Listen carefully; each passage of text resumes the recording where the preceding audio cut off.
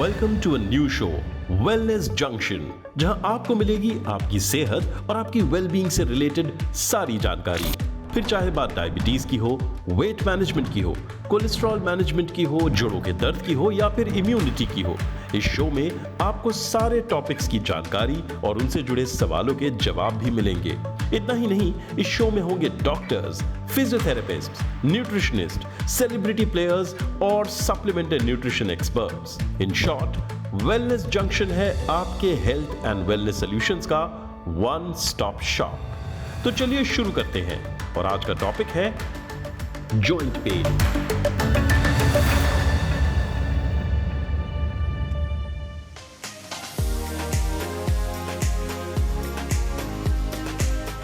जो आज का टॉपिक है वो है जोड़ों का दर्द। पहले कहा जाता था कि ये बूढ़ों को होता है, ओल्ड एज पीपल को होता है, पर अब देखो तो ये यंगस्टर्स को भी होता है। कोई बोलता है कि मुझे नकल्स में एक हो रहा है, कोई बोलता है घुटनों में एक होता है। चलो अभी हम जानते हैं डॉक्टर अनीस से कि ये क्या है और ये क्यों होता है। डॉक्टर अनीस, सबसे पहला, हमारे पास कितने जॉइंट्स, बहुत जॉइंट्स है, कहाँ कहाँ एक होता रहता है, ये क्यों होता है? तो ये जॉइंट्स होता है, बहुत बार क्या होता है कि what happens is it is because of many kinds of lifestyle. What is there we are not taking proper precaution. हम precautions नहीं लेते हैं। हमारी जो sedentary lifestyle है उसमें हम एक पोजीशन में बैठे रहते हैं। अगर हम लैपटॉप पे काम कर रहे हैं तो हमारा एक यूनिक पोजीशन ऐसे हो जाता है जिससे आपको एक गर्दन में दर्द हो सकता है, जो स्पॉन्डिलाइटिस बोलते हैं, हो सकता है। आपके जो हाथ के जॉइंट्स है उसमें वो दर्द हो सकता है। आप हाई हील्स पहनती हो, हाई हील्स में ज़्यादा चलने से और या ज़्यादा काम करने से वो दर्द हो सकता है। So lot of things that have change, जो हमारी लाइफ में जो चेंज हुए हैं काफ़ी सारे, इस चेंज के वजह से ये घुटनों का दर्द है वो यंगर एज ग्रुप में भी दिख रहा है। दूसरा क्या हो रहा है, हमारे पास डेफिशिएंसी स्टेट्स भी है।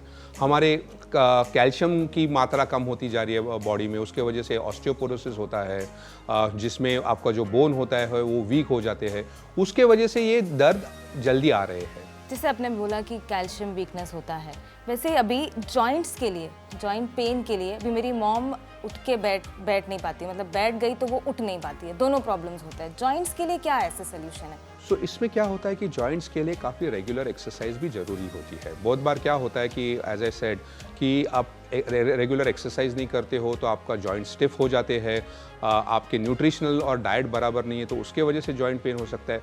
One of the commonest reason, एक कॉमन रीज़न जो आज की तारीख में जाना गया है for joint pains is obesity. आपका जो वज़न है, आपका जो इंक्रीज वेट की वजह से भी जॉइंट पे काफ़ी स्ट्रेस हो जाता है और उसके वजह से फिर joint pains are commonly seen. Even younger population is today quite obese and that can lead to joint pains. अभी जो स्पोर्ट्स पर्सन है, एथलीट्स है, उनके लिए this joint pain can not be an excuse at all, they have to take care of it completely. वो कैसे कर सकते हैं? सो उनके लिए regular exercise, sports person, enthusiast which who are into physical fitness, athletes, उनके लिए regular exercise and proper exercise under trained personnel is very important. I am saying trained personnel because I am not talking for the highly professional people, but there are a lot of people I have seen in the gym. They are doing those exercises under untrained supervision, and there then you can injure your joints, you can injure your bones, you can injure your muscles, ligaments, there can be a ligament tear. So therefore whatever exercises you do, you need to do it under trained professionals, under trained supervision, so that you don't injure your joints or your bones. I had read somewhere arthritis, वो क्या होता है और उसको कैसे हम address कर सकते हैं? So arthritis जो है ये कॉमन मेडिकल कंडीशन बोलते हैं। आर्थराइटिस इज बेसिकली जो आपके जॉइंट्स है उसमें जो हम बोलते हैं इन्फ्लेमेशन, उसमें डैमेज होता है। सो आर्थराइटिस का अगर मेरे को आपको एक एग्जांपल देना है तो एक सिंपल एग्जांपल है, जब आप कार है आपकी, हाँ, या आपकी स्कूटर है, टू व्हीलर है, उसमें आपके जो व्हील्स है वो व्हील्स में आप बहुत बार बोलते हैं कि अरे इसका व्हील बैलेंसिंग करना है या सस्पेंशन है, तो वो डैमेज हो जाता है या आपके टायर डैमेज हो जाते हैं। वैसे ये जॉइंट्स में भी वैसे ही है। उसमें अगर आपने बराबर से आपकी पोस्चर नहीं है, आप हाई हील्स पहन के ज़्यादा घूम रहे हो या आपका कुछ एक्सरसाइज से डैमेज हुआ है, तो अंदर जो ये रहते हैं, क्या रहता है जॉइंट्स में, there are two opposing parts, जैसे हिंज रहता है, आपका डोर रहता है, वैसे वो डोर में अगर डोर का थोड़ा अलाइनमेंट कम हो गया और अलग हो गया तो डोर आवाज करता है या आपका डोर निकल आता है वहां से वो पट्टी से। तो that is the same thing for a joint what happens. that there is a damage which happens to the two surfaces. जो दो surfaces है, जो दो materials है, वो damage हो जाते हैं और वहाँ पे फिर दर्द हो जाता है. There is joint pain, there is inflammation और swelling होता है, redness होता है, चलने में और functions में आपको तकलीफ होती है. जैसे आपने बोला अभी इन्फ्लेमेशन होता है, रेडनेस होता है, ये इन्फ्लेमेशन को हम कैसे एड्रेस कर सकते हैं? फर्स्ट ऑफ ऑल तो प्रॉपर एक्सरसाइज करना बहुत जरूरी है under a trained person. You need also to take care of your weight. और काफ़ी सप्लीमेंट्स की इंपॉर्टेंट है. कैल्शियम सप्लीमेंट्स इंपॉर्टेंट है, विटामिन डी सप्लीमेंट्स है जो जॉइंट्स को या बोन्स को स्ट्रॉन्ग बनाते हैं. There are other supplements also जो है कि ओमेगा 3 फैटी एसिड जिसको बोलते हैं, वो सप्लीमेंटेशन इंपॉर्टेंट है बिकॉज इस सप्लीमेंटेशन से ब्लड सप्लाई अच्छा बन जाता है. जो पेन है वहाँ का वो कम हो जाता है. करक्यूमिन, अभी करक्यूमिन क्या है? हल्दी है. सो हल्दी में जो एक्टिव इंग्रेडिएंट है, ये एक्टिव इंग्रेडिएंट जो है आपके जॉइंट के दर्द को कम कर सकता है. वहाँ जो पेन और इन्फ्लेमेशन जो बोलते हैं, जो स्वेलिंग है, वो कम कर सकता है. सो ये करक्यूमिन सप्लीमेंट्स हमको हेल्प कर सकते हैं. अभी आप पूछोगे कि हमारे डाइट में तो हल्दी काफ़ी ज़्यादा रहती है, तो हम करक्यूमिन अलग से क्यों ले? तो जो हल्दी रहती है, वो हल्दी में जो करक्यूमिन की मात्रा रहती है, वो अगर आपको जो इफेक्ट होने के लिए चाहिए तो आपको 1 ग्लास हल्दी लेनी पड़ेगी. उतनी तो हम लेते नहीं हैं, हम तो चुटकी भर हल्दी लेते हैं. इसीलिए हल्दी की सब्स्टिट्यूट में अगर हल्दी के साथ अगर आप करक्यूमिन भी ले तो ये आपके जोड़ों के और घुटनों के दर्दों में मदद कर सकता है.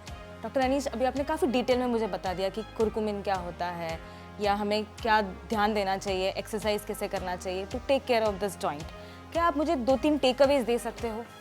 मैं क्या बोलना चाहता हूँ इस टाइम पे कि अगर आपको जॉइंट्स की केयर करनी है तो सी टू इट कि आपके एक्सरसाइज प्रॉपर हो, आपका मसल वहाँ पे जॉइंट्स पे स्ट्रॉन्ग हो जाए, आप जॉइंट्स पे स्ट्रेस ना डालें. अगर आप पे ओबेसिटी है तो आप वज़न कम कर दीजिए.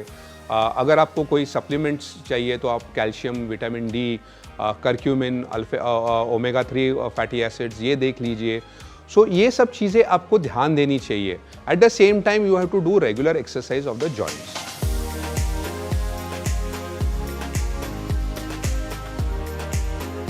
ये जो डेफिशिएंसी होती है विटामिन डी और कैल्शियम की बॉडी में, इसी की वजह से होता है. एंड इसकी वजह से क्या होता है कि आपके परफॉर्मेंस पे बहुत असर करता है. एंड देन आपको फ्रैक्चर्स भी हो सकते हैं if your bones are weak and joint pains है वगैरह वगैरह. सो आपको इसकी वजह से फ्रैक्चर भी हो सकता है. आप क्या कर सकते हैं इसके लिए? What you can do? So I think आपको रेसिस्टेंट ट्रेनिंग करनी चाहिए. And you can always what do you call do some training in the water if possible. आप स्विमिंग पूल में जाइए, वॉक कीजिए एंड जॉगिंग कीजिए. You can always go out and walk. You can do some hand movements, leg movements, थोड़ा सा and do some strengthening as well under someone's guidance. If you have no knowledge about it, आपको knowledge नहीं है, so I think so आपको कुछ भी करना चाहिए. If someone is there to guide you, because weak bones और joint pain क्यों होता है? Firstly, जैसे मैंने बताया विटामिन डी का और कैल्शियम का deficiency.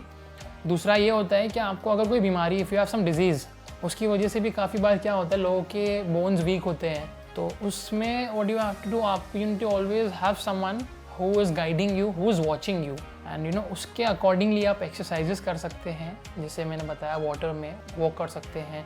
You can do some resistant training. And one thing which will help you with vitamin D and calcium is you can get the direct exposure of the sun to your skin. That will help you. And calcium, calcium, you can always have good food. आप खाने में you can drink milk and other types of minerals as well. I mean, basically good diet which will help you with with your bones and joints.